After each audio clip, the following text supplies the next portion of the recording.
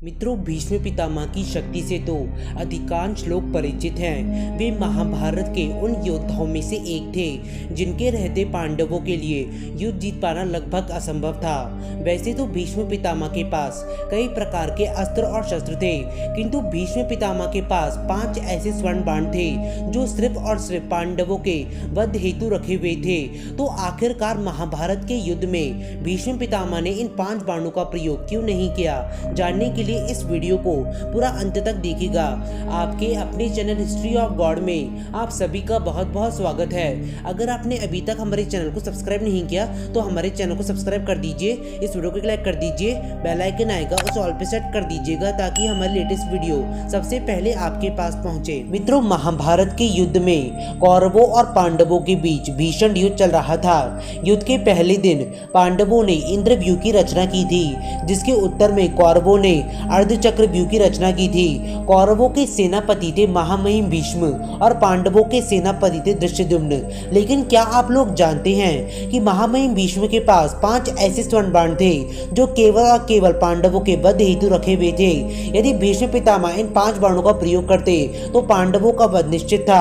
लेकिन आखिरकार भीष्म पितामह ने महाभारत के पूरे युद्ध में इन बाणों का प्रयोग क्यों नहीं किया, चलिए पूरी बात को विस्तार से जानते हैं। युद्ध के कुछ दिन बीत जाने के बाद भी जब भीष्म पितामह ने पांडवों का वध नहीं किया था तो इस पर जो दुर्योधन थे वह भीष्म पितामह से बहुत ज्यादा क्रोधित हो गए थे। उन्होंने अर्धरात्रि की बैठक के दौरान भीष्म को कई सारे कटु शब्दों का प्रयोग करते हुए कहा कि मैं आपका राजा हूँ, आपको हमारी ओर से युद्ध करना चाहिए, अर्थात हस्तिनापुर की ओर से युद्ध करना चाहिए, उन 5 पांडवों की ओर से नहीं।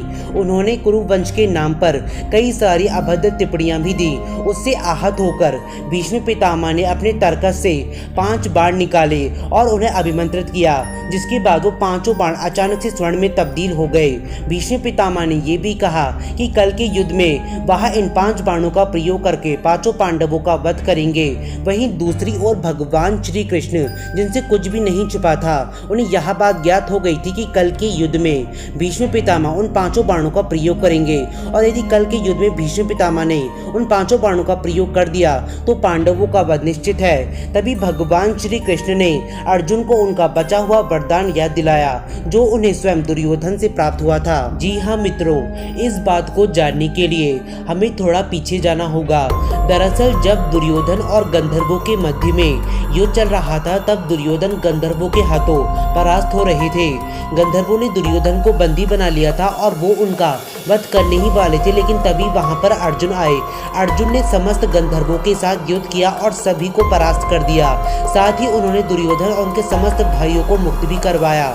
बदले में दुर्योधन ने अर्जुन से कहा कि वो इसके बदले उनसे कुछ भी मांग सकते हैं, क्योंकि वह किसी भी पांडव का अपने ऊपर कोई भी एहसान नहीं रखना चाहते थे। इस पर अर्जुन ने कहा कि वो उचित समय आने पर अपना यह वरदान मांग लेंगे। फिर क्या था, अर्जुन ने कौरवों के शिविर में प्रवेश किया। वहां उन्होंने दुर्योधन और भीष्म को बात करते हुए देखा। उसी समय अर्जुन ने दुर्योधन को अपने पुराने वरदान की याद दिलाई। दुर्योधन उस समय हट कर रहे थे, लेकिन वापस भीष्म के कहने पर नैतिकता की बातों को सुनते हुए अर्जुन ने वरदान स्वरूप में वो 5 बाण दुर्योधन से मांग लिए। फिर क्या था, दुर्योधन को वह 5 स्वर्ण बाण अर्जुन को देने पड़े, जिससे अगले दिन पांडवों की मृत्यु होने से बच गई और उन 5 स्वर्ण बाणों का प्रयोग किसी भी पांडव ने नहीं किया। लेकिन मित्रों, ऐसे में यह सवाल उठता है कि आखिरकार वो 5 स्वर्ण बाण कहाँ गए। मित्रों, 5 बाण स्वयं भीष्म पितामह द्वारा अभिमंत्रित थे, इसलिए कहा जाता था कि सिर्फ और सिर्फ भीष्म पितामह ही उन 5 बाणों का प्रयोग कर सकते हैं। यदि उनके अलावा कोई भी योद्धा उनका इस्तेमाल करना चाहेगा तो वो कभी भी उन बाणों का प्रयोग नहीं कर पाएगा।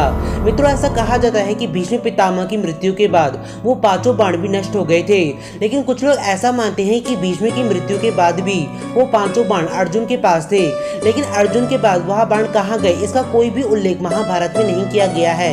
मित्रों, आज की इस वीडियो में बस इतना ही। उम्मीद करते हैं कि आपको हमारी यह छोटी सी जानकारी पसंद आई होगी।